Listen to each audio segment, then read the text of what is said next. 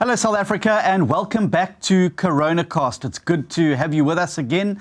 This is your twice-weekly information show, keeping you at home up to date with the latest happenings around the Coronacast. Well, today is day 99 of the extended lockdown, and can you believe it? We're hitting 100 days of lockdown tomorrow. Certainly one of the longest and hardest lockdowns in the world. And what started, as you may remember, as a 3-week lockdown that was meant to buy us time to prepare the health response to deal with the coming jump in numbers and the spike, has now turned out into 100 days. And our thoughts are with all of those who've lost loved ones during these 100 days and to the virus. And our condolences go out to all of those families.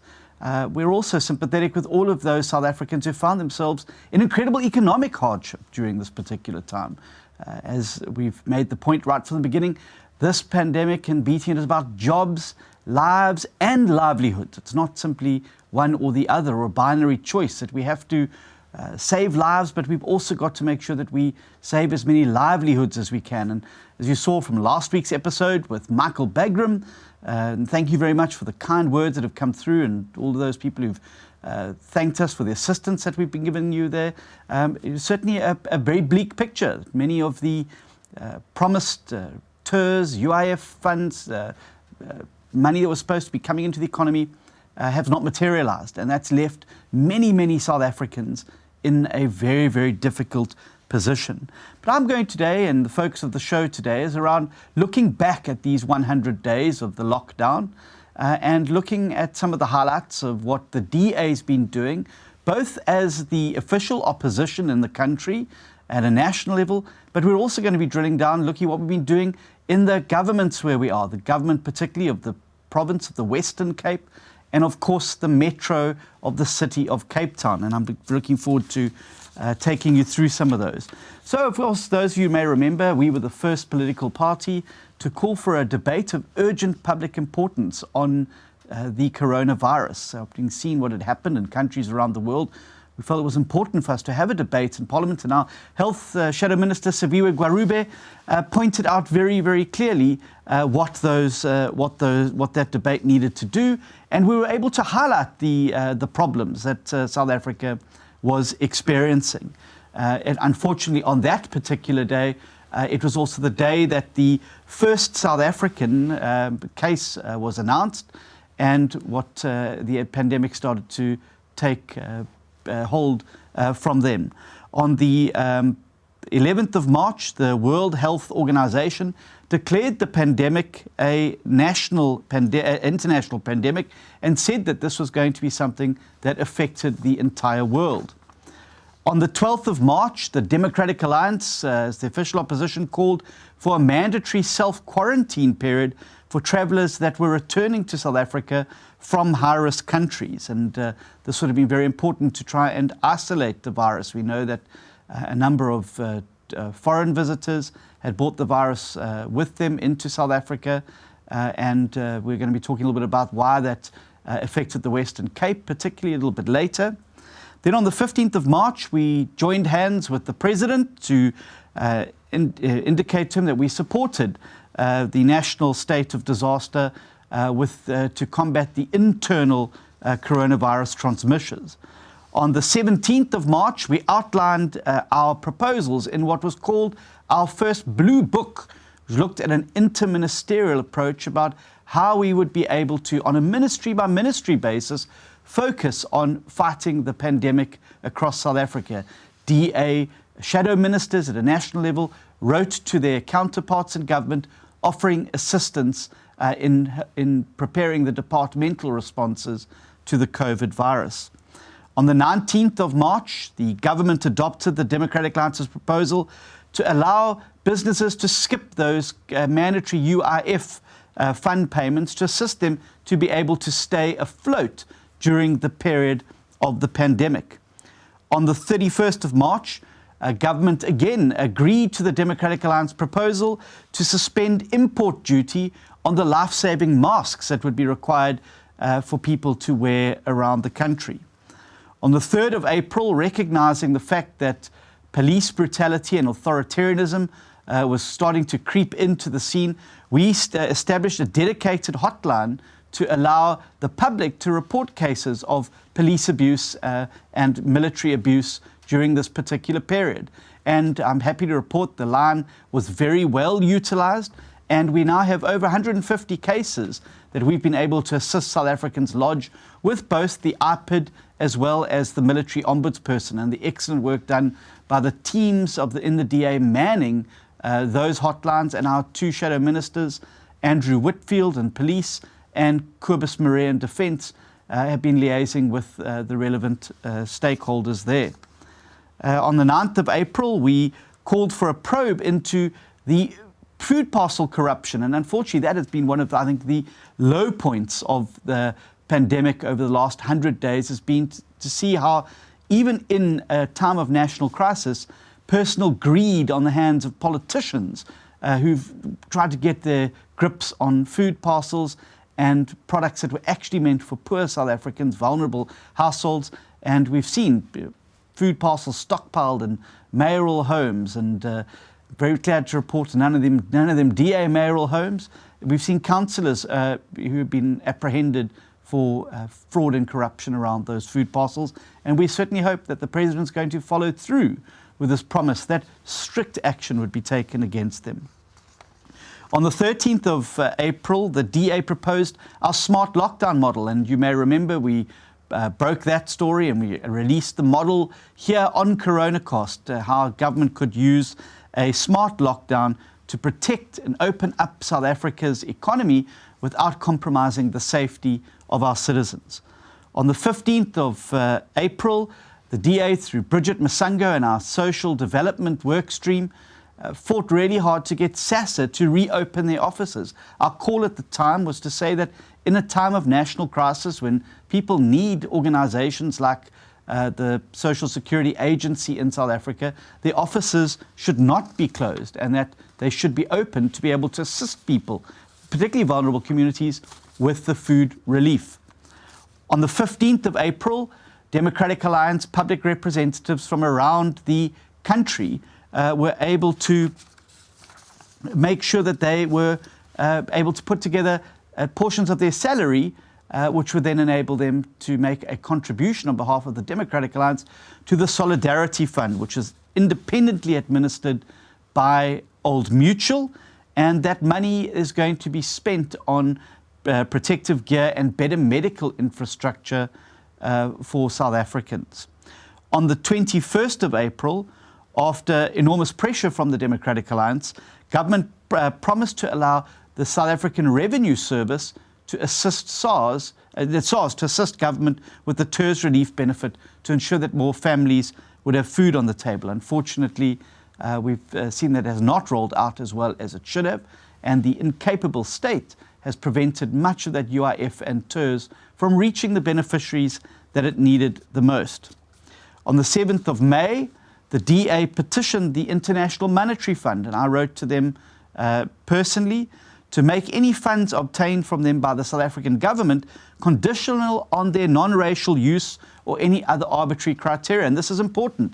In a time of a crisis, you help as many people as possible who require the aid. We shouldn't be discriminating on people on the basis of the color of their skin, where they live, what their circumstances are. We must be assisting as many South Africans over the bridge of this very difficult time in our country's history. And we reject arbitrary criteria used to be able to offer that assistance. On the 14th of May, just after we had filed papers in the High Court around the irrational ban on e-commerce, the government lifted the ban on e-commerce. And you may remember we had a special episode on that where we had people who were in e-commerce. And this was one of the more irrational regulations that made no sense. E-commerce was perfectly suited to the type of activity that is required during a pandemic, and we were able to demonstrate how they could open safely, and thanks to the pressure from the DA, the government relented, and that was dropped, and people were able to buy products and goods and services through e-commerce. On the 14th of May, we challenged the legal curfew, the night curfew, and the restriction on exercise hours. And we believe that the pressure that we were able to bear on government at that time led to them relaxing these when they moved to the level 3 of the lockdown. We're obviously going to continue to pursue these cases, because if government ever gets it in their head to take us back to a harder lockdown, we want to make sure that those unlawful, irrational bans on curfews and on exercise hours, which made no sense whatsoever, are not going to be re-established. And we've shown very clearly how people can exercise during this time, and how when you empower citizens with information, you make them responsible, active participants in the fight against the pandemic. And there's no need to treat South African citizens as children.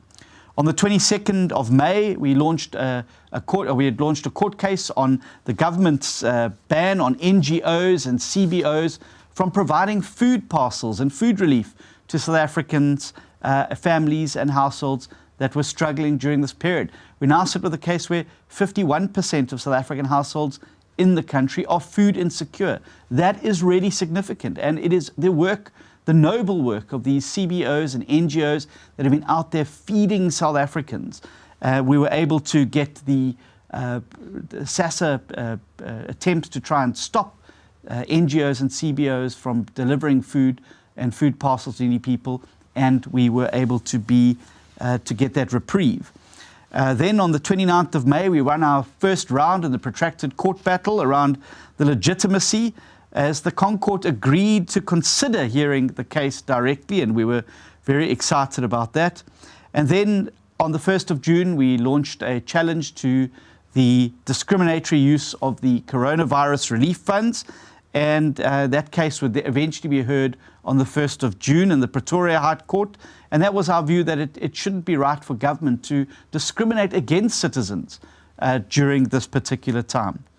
On the 3rd of June, we put in a plan that would show how the tourism sector, which on so many jobs in South Africa rely, would be able to recover. And that sector particularly keeps afloat 1.2 million households in South Africa. We are very reliant on tourism, and our tourism recovery plan at both province, city and national level has been really important. Then on the 18th of June, with South Africans still not receiving the life-saving 350 Rand COVID-19 grant, we put in parliamentary questions to be able to ask where those funds were. On the 19th of June, the DA court action against the irrational ban on personal care services like hairdressing and other personal care salons prompted a lift of the ban and a publishing of the regulations. And you may remember on Coronacast that we were able to demonstrate to South Africa how the personal care industry could open safely. And again, amazing that it took the president and his team so long to realize just how many households are reliant on these personal care services for their income. Then on the 24th of June, our court case was finally heard on the food parcel relief, and we were able to stop Minister Zulu from getting her hands on the CBO and NGO food parcels. On the 30th of June, the Minister of Trade and Industry buckled under the DA pressure and agreed to release the National Lotteries Commission COVID-19 fund relief beneficiaries. On the 30th of June, the DA called for the reopening of the Sports, Arts and Culture Relief Fund applications and for greater transparency from government on who was getting these funds. And on the 1st of July, after our pledge for direct access to the Concourt was not acceded to, we've announced that we are not going to drop the fight. We're going to take the fight against the Disaster Management Act all the way to the Constitutional Court, even if we've got to go the longer route now and wind through the high courts. Cases already lodged against the unconstitutionality of the Disaster Management Act that gives national government wide powers without the commensurate oversight and accountability that should be required, and empowers government to keep us in a state of national disaster for as long as they want to. And we saw yesterday the president has now signed the military, extended their services till the end of the year. That is a very clear indication that there's an intention to keep South Africa in the state of disaster for a far longer period. But in addition to the party's ongoing fight to protect your rights at this time, I'm very, very proud of what we've been able to do where we're in government. Obviously, in opposition, you've got to try and pressurize government to do the right thing. You've got to make sure that the voices are being heard, and you've got to be exercising oversight and accountability. But where you're in government, you've got to do something, and I'm very, very proud of the work done by both the Western Cape provincial government and the City of Cape Town, and in the other municipalities like Midvaal, where the Democratic Alliance is in government. We've been not just talking about dealing with the pandemic, we've been dealing with it. And I am absolutely sure that when the real long story of the coronavirus in South Africa hits, we're going to be able to look back at the work done by DA-led governments as a model of best practice in how to beat the pandemic. And so to talk about some of those successes today, we're going to be joined a little bit later by the Premier of the Western Cape, Winde, and the Mayor of Cape Town, my good friend Dan Plato. And we're going to be talking a little bit about what those governments have done and where we're sitting now in terms of the pandemic. But before that, I thought we'd share with you a great video around just one of the initiatives, innovative initiatives in the Western Cape, and that is the Red Dot service. Check it out. Look, today is a very important partnership. I mean, it's a milestone, particularly for the essential service workers, especially our nurses. Since the introduction of the curfew, they are left stranded because there's no public transport. And I must thank the team from my department, together with the minibus taxi industry in the Western Cape. They came together quickly and came up with this initiative that we call Red Dot. Now we have today 100 taxis here, and these taxis will be transporting our nurses from and to work, and they will make sure that they get there on time and they go home on time, so that we avoid the inconvenience that we saw before. I'm working for Khayelitsha Hospital as a nurse, and we are waiting here for the taxis because we have a problem with the public transport. So they provide taxis for us. I'm very happy about that. So we don't have to struggle to get home anymore. Since it is very dark now, it can be dangerous for us. So this is very exciting. The minibus taxi industry in the Western Cape came together very quickly, and they formed a company called Umanyano, Unity in English. And I must really thank them for the manner in which they responded to this. All our drivers, I know they were trained in terms of how they must conduct themselves in this project. We want to appeal to them, so let us treat people with respect. We want to thank them as well in advance before they go to load the nurses. We want everybody to be compliant. So what is happening here today is you'll see there are taxis behind me. Today is the first day where we've had all the taxis come into the depot here. They are being sanitized, they are being cleaned. They're going to get a lovely red dot sticker on the vehicle for the Red Dot pilot. They are going to be fitted with trackers, and those trackers are going to be giving us the ability to monitor these vehicles live. What we've done with these taxis is we're busy fitting a large screen on this side. So anybody who coughs and forgets to cough in the elbow, or sneezes and forgets to put his hand up, or doesn't have a mask on, at least the person in front is protected. And the second part of our launch, of course, is the 1st of June. And again, it's a very important service that they will be providing for quarantine and isolation people. Those taxis will be transporting people, from their homes to their quarantine and isolation sites. So in a nutshell, I'm very excited to see that finally our people who are really at the forefront of fighting this virus will now be transported safely.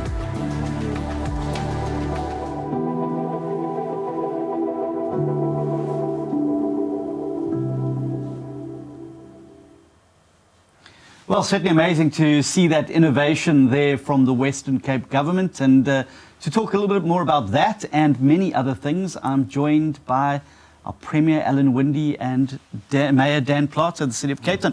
Welcome, gentlemen. Thank you. Well, Thank you 100 days, 100 sleepless nights, no doubt, for uneasy lies the head that wears the crown. And you're both in government, and obviously a lot harder job than we have in opposition at a national level.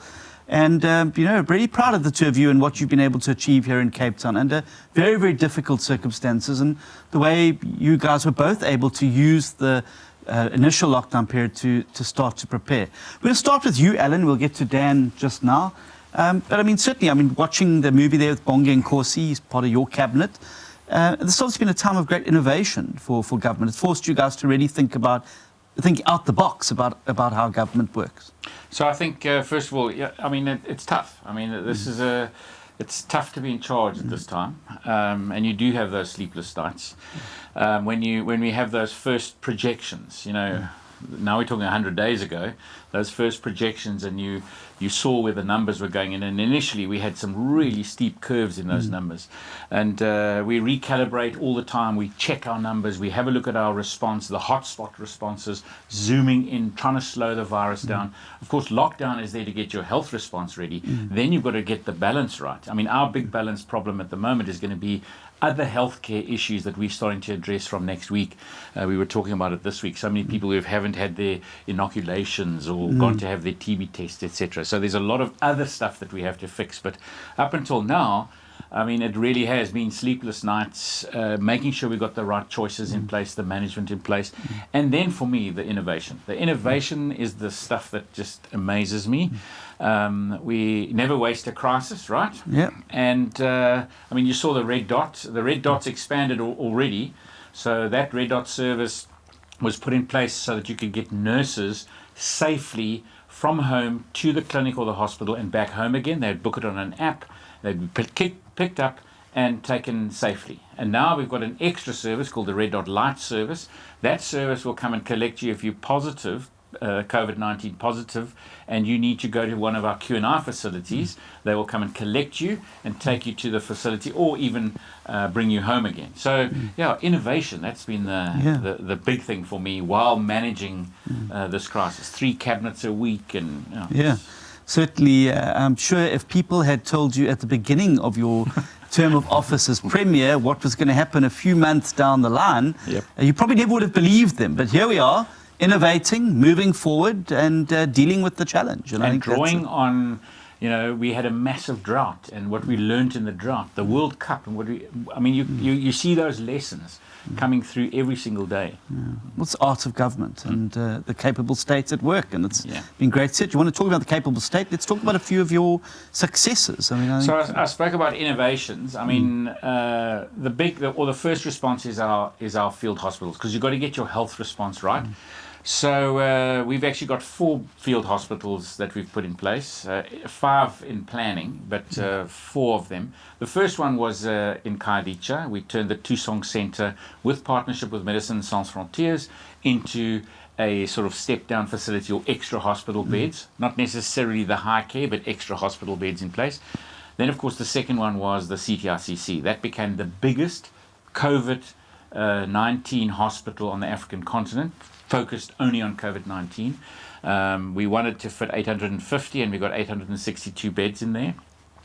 But the interesting thing for me is, while we were building these hospitals, the ICT and tech people came in, and they said, well, let's have a look at how we reduce the spread. So what they did was they introduced a paperless system in the 63-bed Khayelitsha hospital, and that worked. So then we made the CTRCC paperless. So whether you're having an X-ray, whether it is the doctor or the nurse having a look at your vitals, or whether it is the patient taking that tablet and communicating, because there's also a chat box now, the patient can chat to their family, because of course family can't visit. And so we saw the technology and the innovation coming, and we've just opened or had the handover of the next hospital, which is on the R300. How many beds there, That's Alan? a 330-bed hospital. And now the innovation's gone to the next level again. Now we've got a hospital bed booking system that we are sharing with the private sector. So even the private sector and the public sector can have a look across the province, which beds are being used and which aren't being used. And then we've got our last one, which is an old TB hospital out in the Winelands, and we're converting that, and that'll be ready in the next week. And we've also, over and above that, you'll go to Hermanus and you'll see the basement's got beds put in it. You'll see in George, we've got extra beds put in. So across the board, we made sure we got our beds and our hospital space sorted out. And we even went as far as going to CTICC2. But now we've just had the recalibration of our numbers. Our peak is not peaking as we originally projected. It's actually flattening. And so if you look at and of course we can't rely only on tests because we can't test enough and we don't have sufficient tests in South Africa. But we have got to rely on our hospitalization figures and our analysis of death figures. And we've been flatlining now for 14 days already. So we've already seen that flattening of it. The prediction is it could go for longer, but definitely not going to go as high. So that's great news. So we haven't pulled the trigger on CTICC2 now. Yeah. But that's amazing, Ellen. And I mean, a lot of these innovations and processes will no doubt outlast COVID in South Africa. Certainly the paperless hospitals. The paperless hospital stuff is already, as we speak, going back into our existing hospital systems. Okay. So people are saying it's so easy to put in place, let's just do it, and it's reversing back into the system. And then the money, Ellen, let's talk about government funding committed across the Western Cape government. I'm told the figure that we've got on our screens is a bit outdated. 968 million was the initial. So how much is in now? We're sitting at 5.3 billion. Wow, so far is our exposure. I'm a little bit tense about that at the moment because we had a visit by the president. And we said to him, we're spending a lot of money here, making sure that our response is going to be able to deal with this crisis. Right up front, I said, I don't want to have people in passageways or in parking lots, waiting for a hospital bed. People dying in the parking lot. We can't have that. So we really used that first lockdown time, get a plan in place. We committed lots of funding to it. We were told from National, no worry about the funding. We'll sort it out. We even hear in health, 20 billion for health response. But the 20 billion for health response, if you really drill into it, is the provinces must find their share of the 20 billion. Yeah. Well, I think it's like a lot of the funding. It's just repackaged and repurposed funding. We just have to cut frontline services. I mean, this is unacceptable. So we will fight on this. I mean, we have to be able to get some cover. But our expenditure so far in total will be, at the moment, about 5.3 And let's talk about PPE, because I think that's one of the success stories in the Western Cape. Big shortages of PPEs causing a lot of drama in other provinces, particularly for frontline nursing staff. Can I say that one thing that we did is we made sure we learned lessons that the rest of the world were learning. It doesn't make sense not to learn those lessons. And we saw around the world PPE was a big issue. So we really focused up front on PPE. And sometimes it was difficult. We'd have an order on the way to us and it would be diverted. But we've got 350 million rands worth of PPE in stock. We've pushed our stock holdings so that we can actually manage stock till the end of the year. So we really have focused on it. We've gone out there, we've searched for it, we've procured it, and it's in the store. So we're not going to run out. So that was really a big focus in the beginning. We had to say, what happened in the UK, what happened in Italy, what happened in China, what do we learn from them? And PPE was one of those things. Testing was another thing. I mean, we were told we were going to have sufficient tests, but I mean, South Africa ran out of tests. So did many other countries, and we're still out of tests. We don't have any backlog in the Western Cape. We went up to a 28,000 test backlog. Our backlog is way down now. How are we able to clear the backlog? But you've got to put management principles in place. So what we said is we have less tests than we were allocated. We have higher positive or higher symptoms. So then you have to ration tests. That's what you do. I noticed in the UK they rationed their tests to only in hospital. So no one could get a test outside of a hospital. We luckily could ration them to in-hospital, so that's patients and frontline services. You've got to keep testing your doctors and your nurses. That's your frontline. You've always got to make sure that they are looked after. And then we test over 55 and comorbidities, which are high risk. And so we've focused our testing, and that gave us the ability to bring the backlog down into a manageable space. And we've still got a zero backlog, and we've also got some private labs coming on and partnerships with our universities. Okay, well, that's really great. And then, the big thing that and I've seen the posters all over Cape Town, sort of making communities partners in the fight against COVID. And, here I want to particularly congratulate you. And one of the things that we've been fighting for very hard internationally is for transparency and accountability around the figures, the graphs, etc. And the more information you share with communities, the more powerful partners you make them. But I mean, the outreach here in the Western Cape and community awareness, I think, has certainly been a a huge. So I think first of all, I mean, we said that up front. You've got to be transparent. So we have our weekly digicons, but everything goes onto a dashboard. You can go onto our website and have a look at it. The initial dashboard was high level, positive cases, etc. We now drill down far deeper into suburbs, and also we also don't keep our data to ourselves, because we try to share that data, so we continue checking ourselves. And so even in organizations like the national partnership or consortium that does the national modeling, we work closely with them. The ASA group, we work with them. We give detail to the Panda guys, so that they can also use our data to come back at us. I mean, that's how you actually get through these things. Open it up. Open data is what you need to do. And then, of course, the second phase was going into the hotspot system of management. And I must say that, I mean, that is one area where, remember, we were at level 4, and there was all this debate about whether certain areas were going to go to level 3 or 2 or 1. And I definitely took that to the coordinating council, the President's coordinating council, and said we cannot do that. What we need to do is we all need to go to level 3, even though the Western Cape numbers were very high. But we need to put management systems in place, and that's the hotspot. And that's where community, we're on 27 community radio stations. I'm on, and all of the ministers are on. We go on to local radio stations. We talk about local cases. We bring local people who've had the virus onto the radio stations. So we've got pamphlets, we've got loud hailing. In the hotspot plan, it's about making sure that you partner with communities, because you've got to do this together. It's not about a government will do it. You can't police your way through this thing. It's not going to work. You've got to get the whole of government and the whole of society working together to get it to work. Yeah. And then, I mean, we've looked at the red dot transport service for essential workers, but then the transport sanitising. I mean, this was always going to be a difficulty for South Africa, given the fact that so many people rely on minibus taxis to get to and from work, and on trains, etc. So transport sanitising, would have to have been a very big Exactly, and then focusing in on the commuter hotspot areas, because you have thousands of people moving through, and are you making sure that social distancing is happening? Are the taxis being sanitised? Are commuters comfortable that that's a clean vehicle that you're going to be getting into? It's really critical. And we handed out masks and sanitisers, etc., to the industry there. And I think that it's not only the minibus taxi space, or now as trains start to open up, it's actually across the board. How we make sure that wherever there is congestion, we're going in and asking questions, asking the public to come back and tell us what they're seeing as problems, so that we can actually make sure we control this, because it's going to be with us unless we have a vaccine for a fairly long time. Yeah. Now let's talk about the other issue. I mean, the other big problem area, why a long, hard lockdown was never going to work for South Africa, and that is that it's just not possible for many people in many communities to quarantine or self-isolate, sharing small residential units with large numbers of people. And so there was a focus in the Western Cape on finding quarantine facilities. Yeah, so right at the moment, we have just under 4,000 facilities open and available.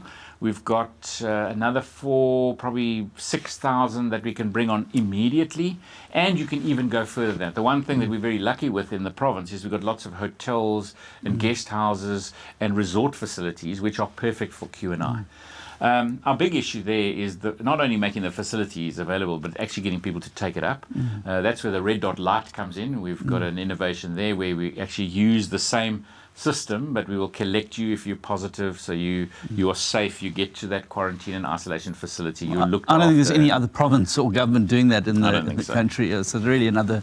But people are nervous to leave their families when they're sick, and so if I can use this to say, please, you need to understand that we are protecting the people with the aged and the people with comorbidities, the vulnerable people in our society, and so if you are positive, make use. Go and spend 14 days in one of our hotels. Yeah, and the Western Cape government will pick you up and drop you off. We'll pick you up, drop you off, and just carry talk a little bit about these comorbidities, Alan, because I think this is important for viewers to know.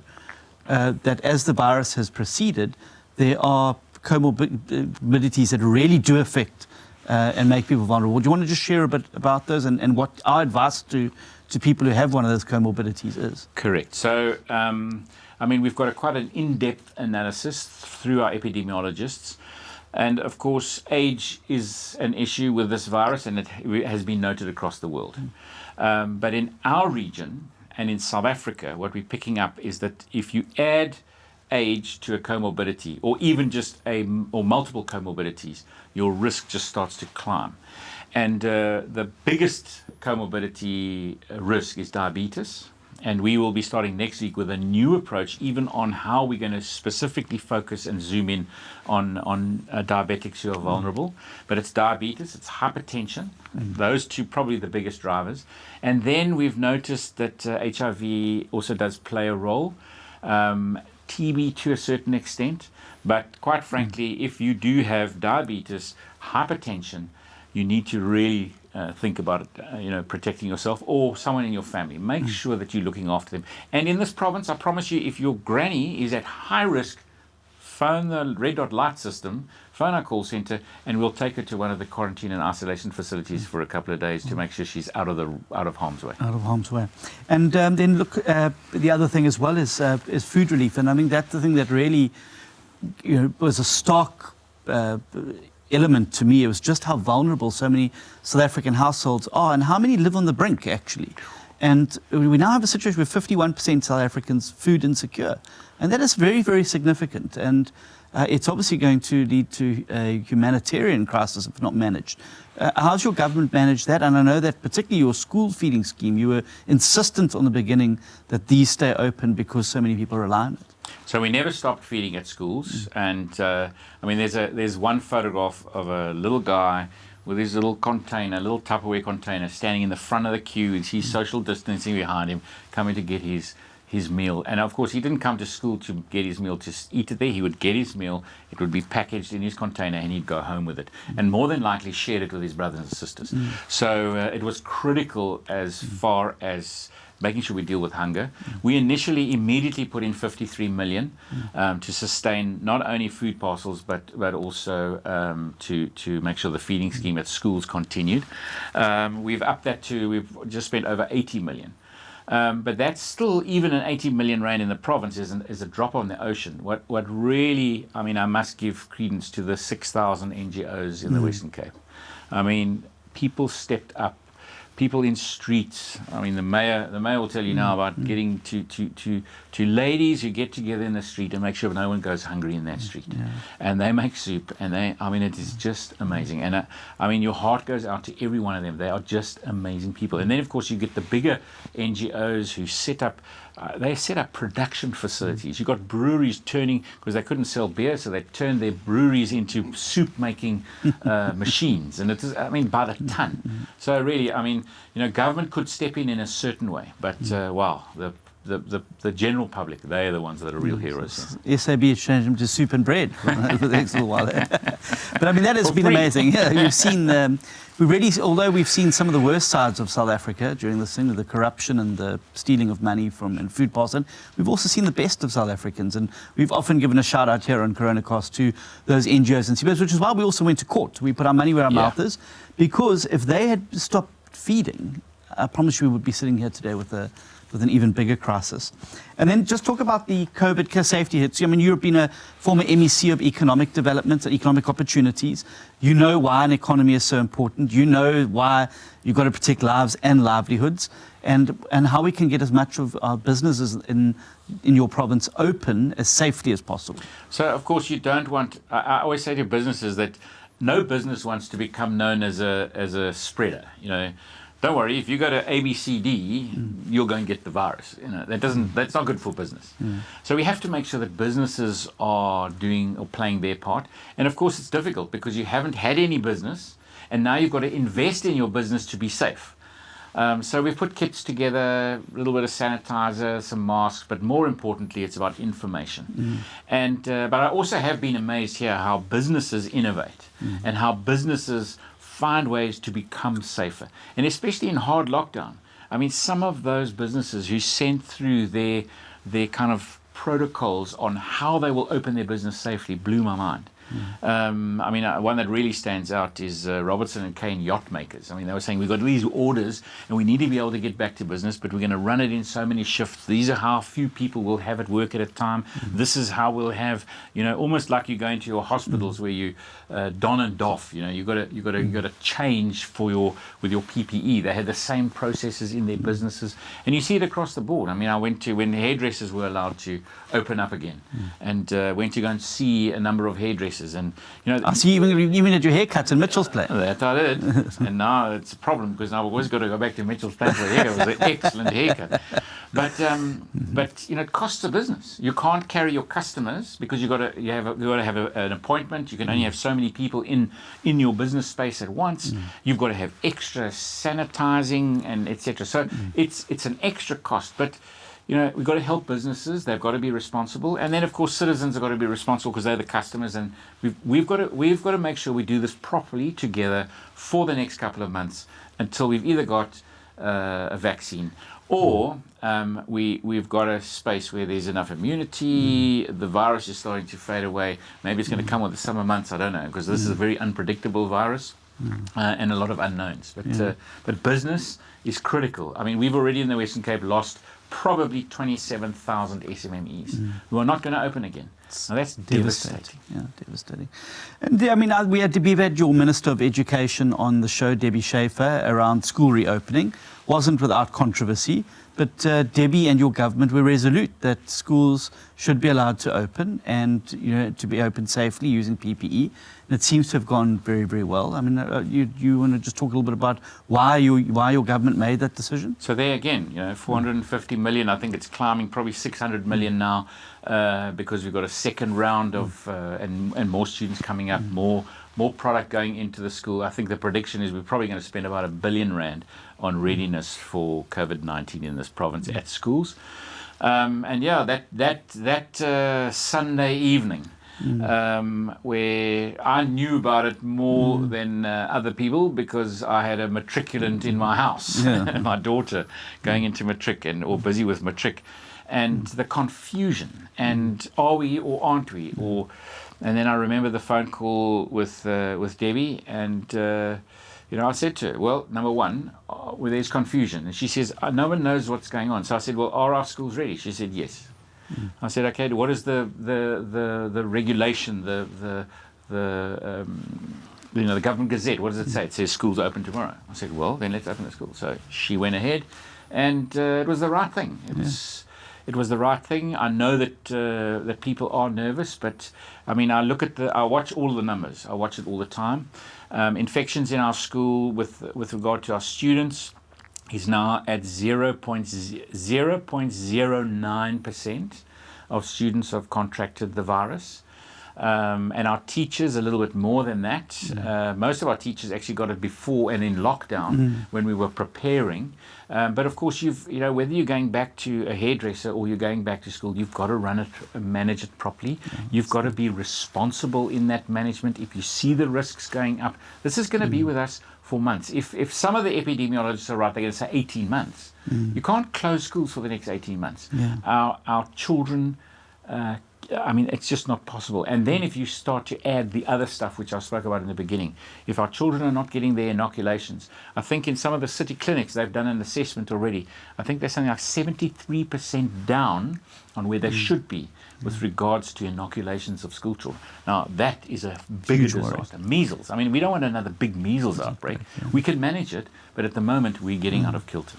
Well, thanks, Alan. And I know that you were under a lot of pressure at one stage as well. And, you know, a lot of the other provinces were looking at you and saying, look what's happening in the Western Cape. And, you know, I think that it was great tribute to your leadership that you just kept your head down, carried on needing to do what needed. And we've seen what's happening now in other provinces. Those provinces that were a bit smug about the Western Cape are now having to deal with the crisis. I actually feel for them. Yes. You know, these are other South Africans who are also in trouble now because the virus is climbing. And we've, you know, anything that we can do in the province to help, we will. It's, you know. Well, I think that's going to be what's going to be good. Is that, you know, the experience that we've got here and the best practice that we've built up. We must share it with the other provinces now, and you know, show that this is not a political thing. The virus doesn't attack someone because of the party card in their office. it attacks South Africans across the board. Well, we're across now to Dan Plato, needs no introduction, also not his first time on Coronacast. Dan, it's great to have you back. It's always good to see you. I'm going to start by talking about the elephant in the room. It's been an interesting week in the city of Cape Town. We had that video coming around about that Khayelitsha eviction. That's obviously stirred a lot of emotion, and obviously many of us were very shocked when we saw the graphics. Do you want to just take us through that before we get into the COVID crisis? John, thank you very much for having me on your program with you and Alan. Really an honor. First timer for me. I hope there will be many more in the future. But looking at the incident in Khayelitsha, unfortunate. That is something one don't want to happen on your doorstep and in your area. Look, we try to protect that piece of site for the last couple of months. There's almost every second day invasions on that site. And that site is earmarked for development, as I've said on many of the radio stations the last 2 days. If we continue to allow invasions, we will never see housing development on any of our sites. It will only be shack structures to the teeth and that sort of thing. And but we do have a High Court order granted by the Cape Town High Court that we can break down any new structure. The older structures must stay, but new ones, the court had given us that green light. And the order I forwarded to all the news agencies for them to see that we did not act in contravention of the lockdown measures and the regulations. We make sure to the T's that we stick into the rules of the game as prescribed by the High Court. That person, that incident, I said to the agencies yesterday and this morning, if you follow the videos, and that's why I said to people, don't just run to conclusions too quick. What we are doing with all incidents where we need to break down structures, we have 2 to 3 people only taking pictures and only taking video recordings, and it's exactly what we have done. That person was roaming around from structure to structure, and purposely he walked into his shack, make himself naked, without any law enforcement officer next to him and near him. And naked he walked out. And he showed himself nakedly, and it's on my cell phone, the video footages yesterday after we sit and scan all the videos and that sort of thing. And then he moved in, and when he moved in, law enforcement followed him. Then they bring him out, and he refused to come out. And that is unfortunately the video that is shown across the world now. But I'm sure you were, I mean, I've read your statement. I mean, you were quite vociferous about about the way that he was treated. Definitely the way he was treated. Unfortunate. They should have used a little bit more restraint and be more compassionate, because he was naked, and looking at all the children, other women and people to see his naked body and that sort of thing. We can't condone a thing like that. But I also don't want to throw our law enforcement officers under the bus. They were just doing their work, but there's a full-scale investigation. I informed the city manager this afternoon, we can continue with an internal investigation, but let us also go for an external investigation. Get a reputable external firm, even if it is a lawyer's firm or something like that they go into everything and unravel for us what happened, and then later on we will disclose that full report to the public. I think that's important, and I mean I want to commend you for this. Very few city administrations who would call for an independent inquiry into this action. Definitely. And I think that the big point here is that the city acted quickly in terms of of suspensions, and that you've now commissioned these investigations. And obviously, if there is wrongdoing, I'm sure the city's going to act without fear or favour. But I think it is important as well that we do get the facts in the matter, and that the full story is known. And I think that's the important thing. I think maybe lastly on that one, before we move to another point, is I did apologise for that portion of the incident. I think it was important to do that. So too. And but the upfront stuff is so we're dealing with 2 issues. The breaking down of the structures, but that incident is another piece of cake. I think that incident, that particular section, it could have been greater restraint and more compassion treatment about how people are dealt with, particularly vulnerable people. But let's talk about COVID now, Dan. Thank you for broaching that subject with us. Let's talk about some of the city successes. And one of the first cities in the country, well, I think the only metro that's now being able to offer a comprehensive rates relief package. Yeah, look, the two of us working very closely together. I think for the listeners out there, myself and Alan and the two cabinets, the mayoral committee and provincial cabinet, we have 2 to 3 people on cabinet. I think he draws some staff members also sitting in during the Skyping sessions and that sort of to pick up what they discuss. And I just want to applaud Province, the Premier, the fact that the collaboration is so well, and I think we owe it to one another. It's not about us, it's about the citizens out there. And I'm very pleased with our relief packages. Look, it is our duty to see the water in the taps is still clean, that the street lights burn at night, and that we still remove the refuge, that we still see to the blocked drains and canals and that sort of thing. And that is what the public want from us to do. Yes, we during the winter season we had some hiccups here and there, and we deal with it very nicely. And our relief package, I'm very pleased with that. It is the lowest rates relief and tariffs increases of all the metros in the whole country, lower than 5% all over across the board. That is for electricity tariffs, that is water tariffs, refuge and sanitation tariffs. I'm very pleased with that, and we did not receive any piece of critique from the public. The messages I received from the public was, thank you for that. We would have loved it to be a little bit lower, but but that's the public. What can you do? Yes, exactly. That sort of thing. Never low enough. If it would have been 0%, the better, but it can't, unfortunately. But at the end of the day, the relief package of 3.3 billion rand for households earning 4,500 rand a month or less, that is absolutely remarkable. That figure rise, the amount of people in need of a relief package. The emails we receive, people a little bit on the shy side, and I want to say to the residents, don't be shy. We understand you're out of a job and that sort of thing. You need to change how you run your household and that sort of thing. And Alan is quite correct, looking at the closure of so many SMMEs. And that is heartbroken.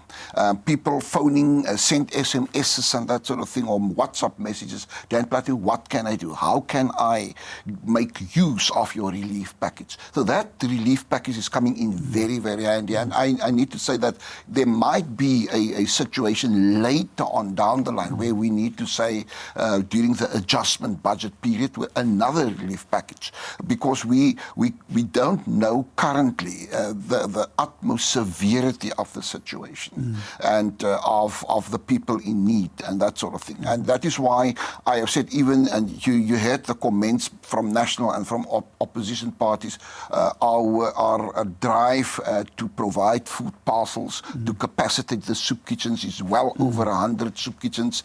I think within the next 2 to 3 months we will capacitate by 200 soup kitchens in the boundaries of the city of Cape Town.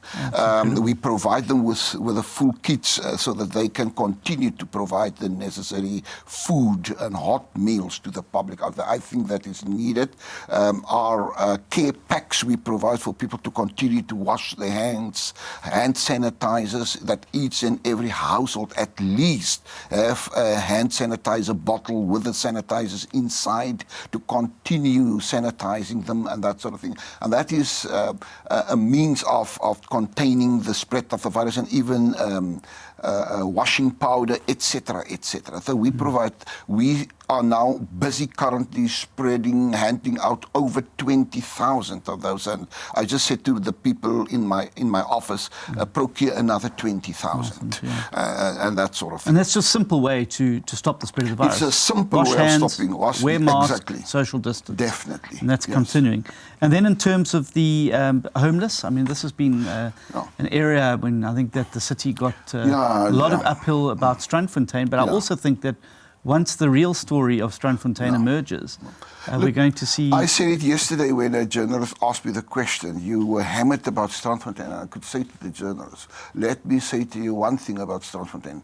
At the time, it was the best of homeless facilities for homeless people in the whole of South Africa. Politics crept in, and I could even say to some journalists, national ministers sent representatives to Strandfontein. I think you're all aware of it. The representatives was hammered for their positive messages, but the representatives at least was honest.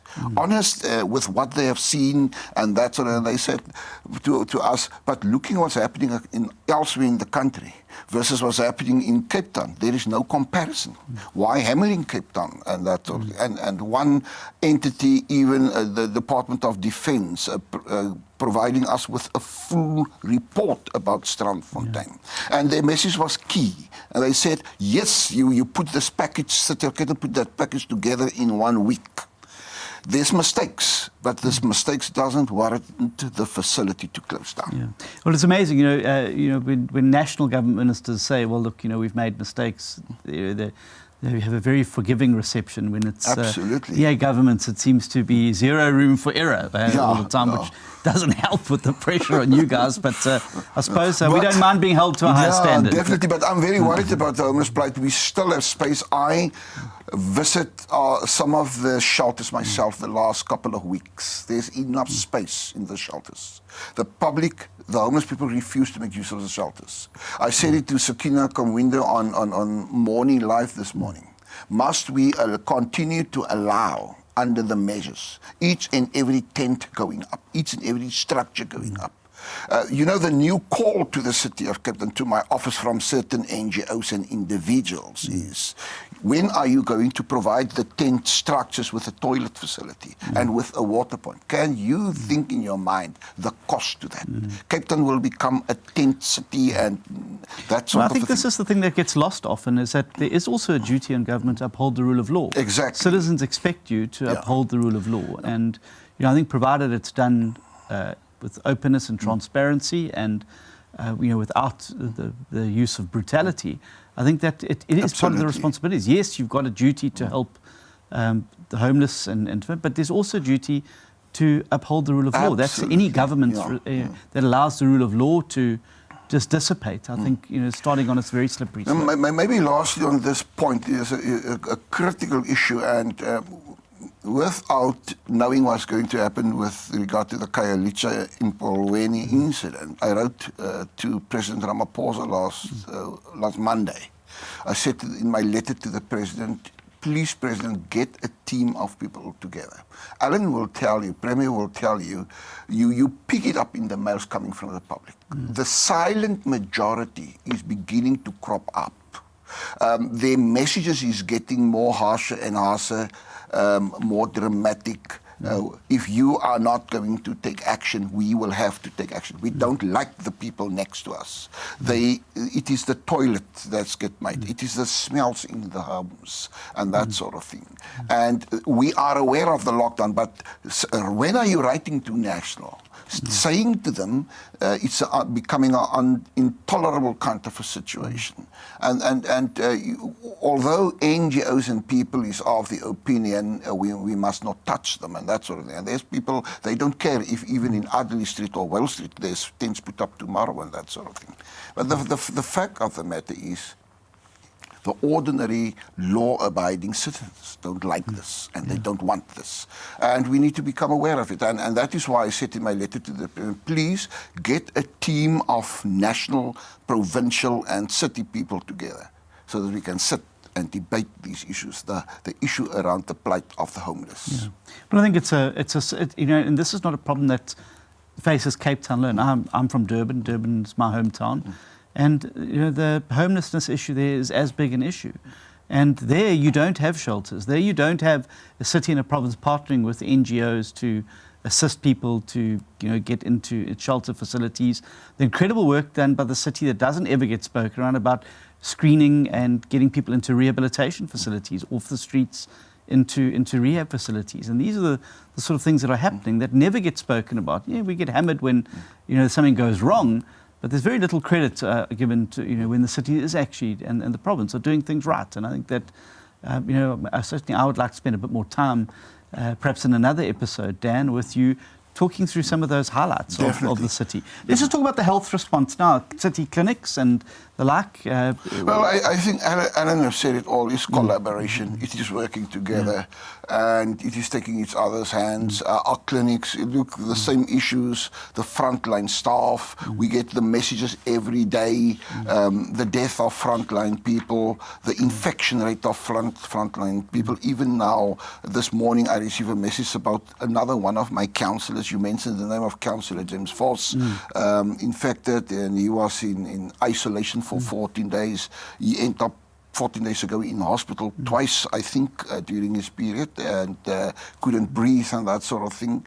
And a couple of other councillors as well. It's scary times, it's scary moments. Yesterday I addressed church leaders in Atlantis, and the first thing they ask, and Alan gets similar kind of messages and that sort of thing, is we note the mass grave site you guys have prepared here on our doorstep.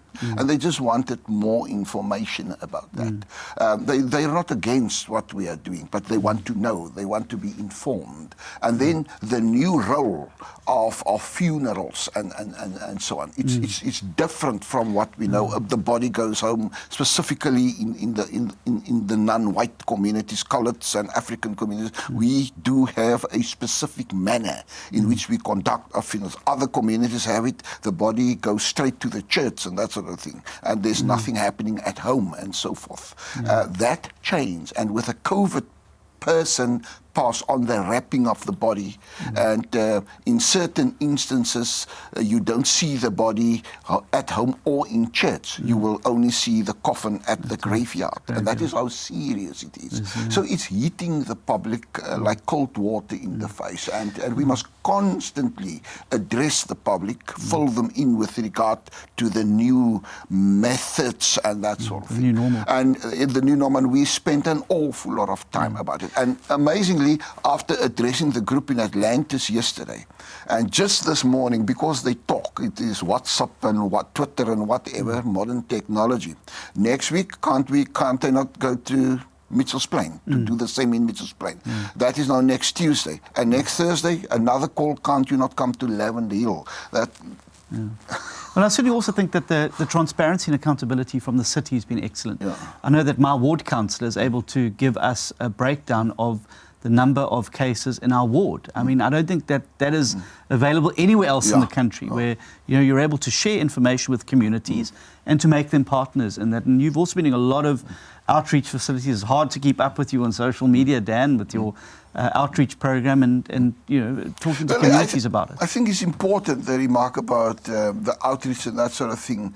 It's a case of Alan follow what I'm doing, I follow what Alan are doing, and you and that. So the point is just, even during tough times like now, the public want to know. The public want to see us. The public want to see we are visible and we address the issues.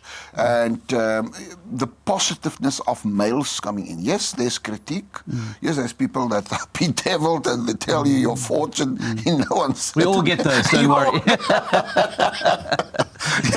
But at the end of the day, 80+% people saying, hoorah, thank you very much. And like a mail this morning, I'm not a member of your party. But I just want to say to you, I think you guys doing a great job, although not a member of the party. Yeah. Well, that's good. And, I hope that South Africans are seeing, the importance of having a strong opposition party, but also how important it is to have capable governments, particularly in a time of crisis.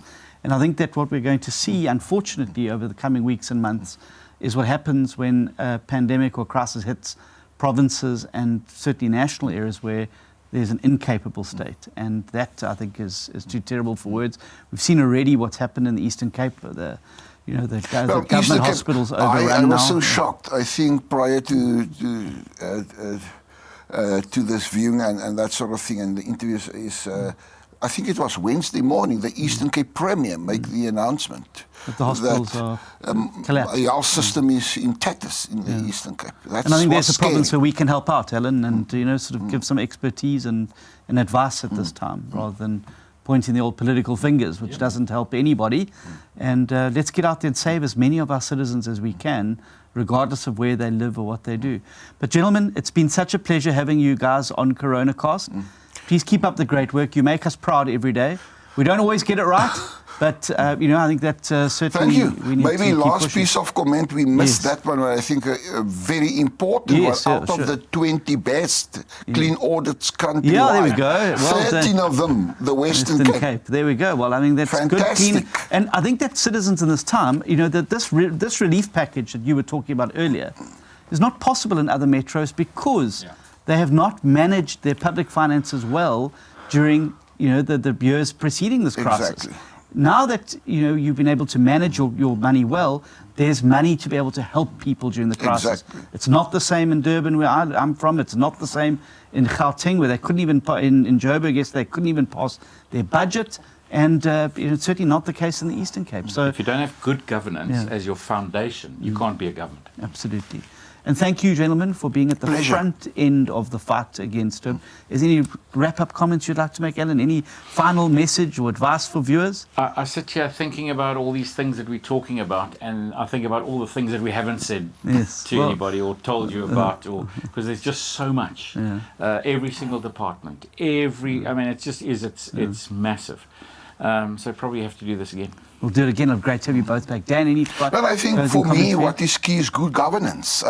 Reading the report of the Auditor General about the municipalities and that sort of thing, and he said it in his report, referring to the Western Cape and municipalities in the Western Cape, good governance, good accountability, and I think that is key, and that is what the voters require. Fixing from the us roof to while do. the sun is shining, as Khayelitsha Khanyago, the governor of the Reserve Bank, put it out so well. Thank you, gentlemen. It's been Keep great well. to have Thank you. Thank you. Thanks, John. Well, South Africa, a bit of a longer episode today, but I think lots to talk about. And as Alan and Dan said, we'll have to set up another return match to unpack some more of the information. Our shout out today goes to all of those frontline healthcare workers who are out there putting their lives at risk every single day to keep South Africans safe. So if you're a nurse, a doctor, a paramedic, member of the security services out there on the front line, the shout out to you is please keep up the great work. You're appreciated. The work that you're doing is so appreciated by all of us as South Africans. Please do tune in next Tuesday for another exciting episode of Coronacast. Please also remember, if you like the show, if you want to, please leave your comments or suggestions. Follow us on YouTube. Click follow us on the subscribe to the channel. And also, please remember to share these videos. They remain on the platforms. They're easy to share. And let's get the good news out there for a change about some of the successes that we're having in the midst of all the doom and gloom stories. We'll see you on Tuesday. Until then, stay safe, South Africa.